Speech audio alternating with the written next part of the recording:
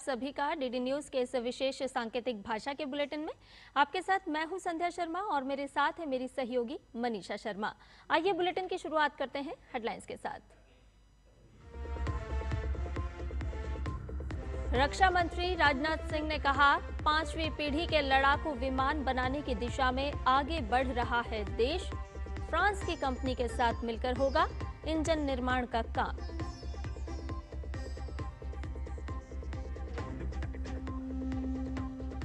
नई दिल्ली में 3 और 4 सितंबर को होगी जीएसटी परिषद की बैठक।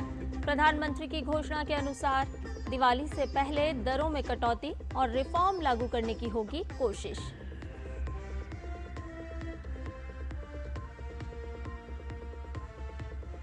ट्रंप ने फिर दी रूस पर प्रतिबंध और टैरिफ लगाने की धमकी। यूक्रेन में शांति समझौता करने के लिए दिया 2 सप्ताह का समय।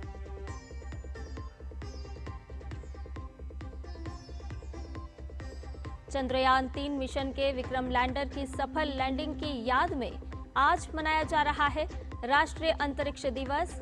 इसरो की ओर से दिल्ली में होगा मुख्य समारोह।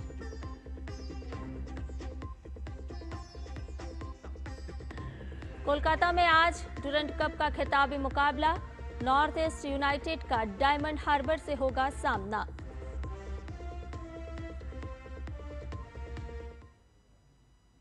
आइए सभी खबरों को विस्तार से जानते हैं। रक्षा मंत्री राजनाथ सिंह ने कहा है कि भारत नवाचार और प्रौद्योगिकी विकास को बढ़ावा देकर एक मजबूत रक्षा तंत्र का निर्माण कर रहा है। नई दिल्ली में एक कार्यक्रम के दौरान रक्षा मंत्री ने कहा कि देश 5वीं पीढ़ी के युद्धक विमान निर्मित करने और विमान के इंजन का विनिर्माण करने की दिशा में आगे बढ़ रहा है। उन्होंने कहा कि फ्रांस की कंपनी सफ्रान के साथ देश में इंजन का विनिर्माण शुरू होने जा रहा है। सरकार ने 66,000 करोड़ रुपए की लागत से 97 तेजस युद्धक विमानों के विनिर्माण के लिए हिंदुस्तान एरोनॉटिक्स लिमिटेड को एक नए आदेश की मंजूरी दी है। इसके साथ ही सरकार निजी क्षेत्र के लिए विकास के अनुकूल वातावरण प्रदान कर रही है। सेमिकॉन इंडिया 2025 का आयोजन अगले महीने 2 से 4 सितंबर तक नई दिल्ली के यशोभूमि में होगा, जिसका उद्घाटन प्रधानमंत्री नरेंद्र मोदी करेंगे। सेमीकंडक्टर और इलेक्ट्रॉनिक्स इंडस्ट्री से जुड़े भारत के इस सबसे बड़े आयोजन में 33 देशों के प्रतिनिधि शामिल होंगे। यहां प्रदर्शनी में दुनिया भर की 350 से अधिक कंपनियों के स्टॉल लगाए जाएंगे। इलेक्ट्रॉनिकी और सूचना प्रौद्योगिकी मंत्रालय के सचिव एस कृष्णन ने कहा कि वाणिज्यिक उपयोग के लिए भारत का पहला चिप इस साल के अंत तक बनकर तैयार हो जाएगा।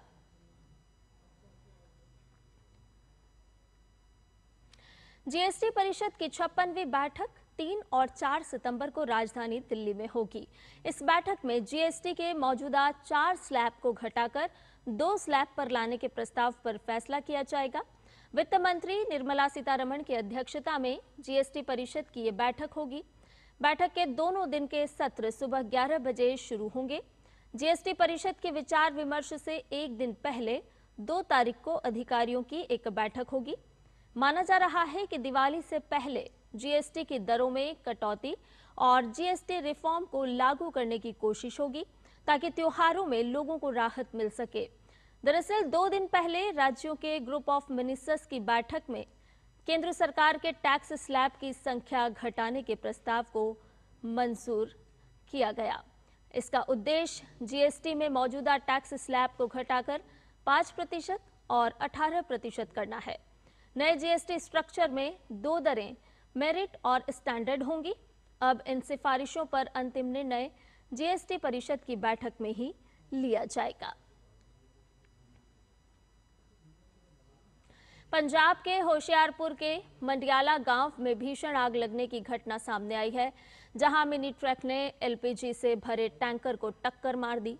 इसके बाद टैंकर पलट गया और उसमें धमाका होने के बाद आग लग गई, जिसमें एक व्यक्ति के हताहत होने की सूचना है।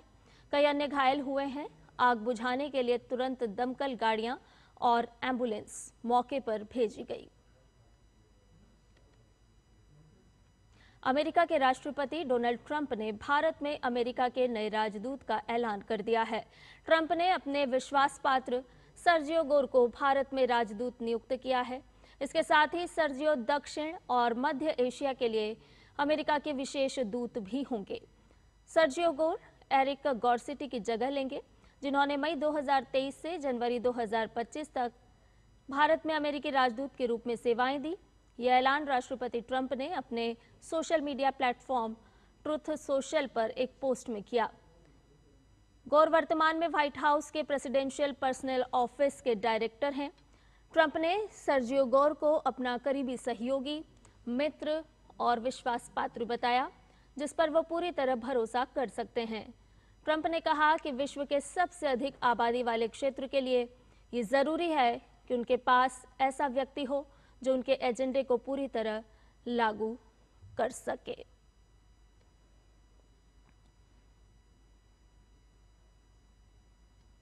अमेरिकी राष्ट्रपति डोनाल्ड ट्रंप ने यूक्रेन को एक बार फिर धमकी दी है।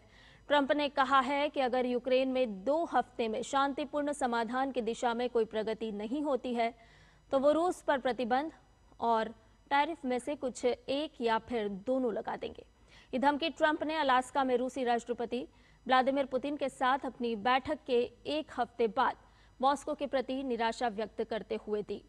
ट्रंप ने कहा कि इस हफ्ते यूक्रेन में एक कारखाने पर रूस के घातक हमले से वो नाखुश हैं। चंद्रयान 3 के विकास रोवर की चंद्रमा पर सफल सॉफ्ट लैंडिंग की दूसरी वर्षगांठ पर आज देश भर में अंतरिक्ष दिवस मनाया जा रहा है।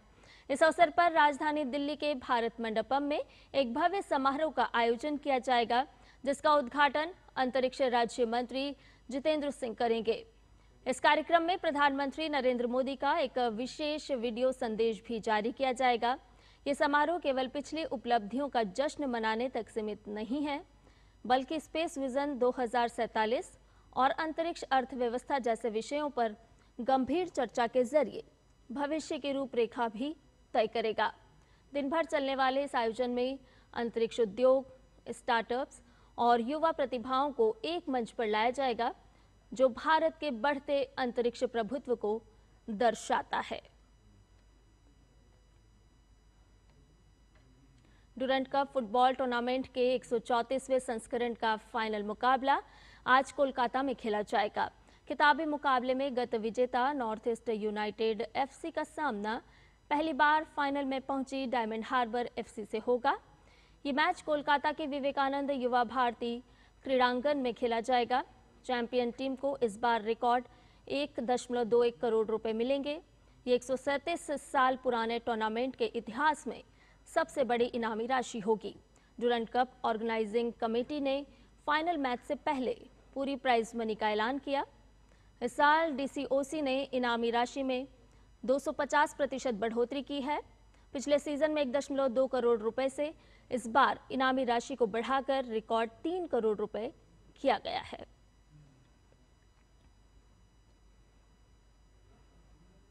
श्रीलंका के पूर्व राष्ट्रपति रानिल विक्रमसिंघे को गिरफ्तार कर लिया गया है। वो सरकारी धन के दुरुपयोग के आरोप को लेकर कोलंबो स्थित सीआईडी कार्यालय में बयान दर्ज कराने गए थे, जहां उनकी गिरफ्तारी हुई। 26 अगस्त तक विक्रमसिंघे जेल में रहेंगे। विक्रमसिंघे ने अपनी पत्नी की बीमारी का हवाला देते हुए जमानत मांगी थी, लेकिन कोर्ट ने उसे खारिज कर दिया। ये जांच सितंबर 2023 में उनकी लंदन यात्रा से जुड़ी है, जहां वो अपनी पत्नी प्रोफेसर मैत्री विक्रमसिंघे के वॉल्वरहैम्पटन विश्वविद्यालय के दीक्षांत समारोह में शामिल हुए थे। जांचकर्ताओं का दावा है कि इस यात्रा और सुरक्षा खर्चों के लिए उन्होंने सरकारी धन का इस्तेमाल किया था। विक्रमसिंघे ने इन आरोपों का खंडन किया है और कहा है कि उनकी पत्नी ने अपने खर्चे खुद उठाए थे और किसी भी सार्वजनिक धन का दुरुपयोग नहीं हुआ है। विक्रमसिंघे श्रीलंका के इतिहास में गिरफ्तार होने वाले पहले पूर्व राष्ट्रपति हैं। और इसके साथ ही हमारे इस विशेष सांकेतिक भाषा के बुलेटिन में फिलहाल के लिए इतना ही। मुझे और मेरी सहयोगी मनीषा शर्मा को दीजिए इजाजत। नमस्कार।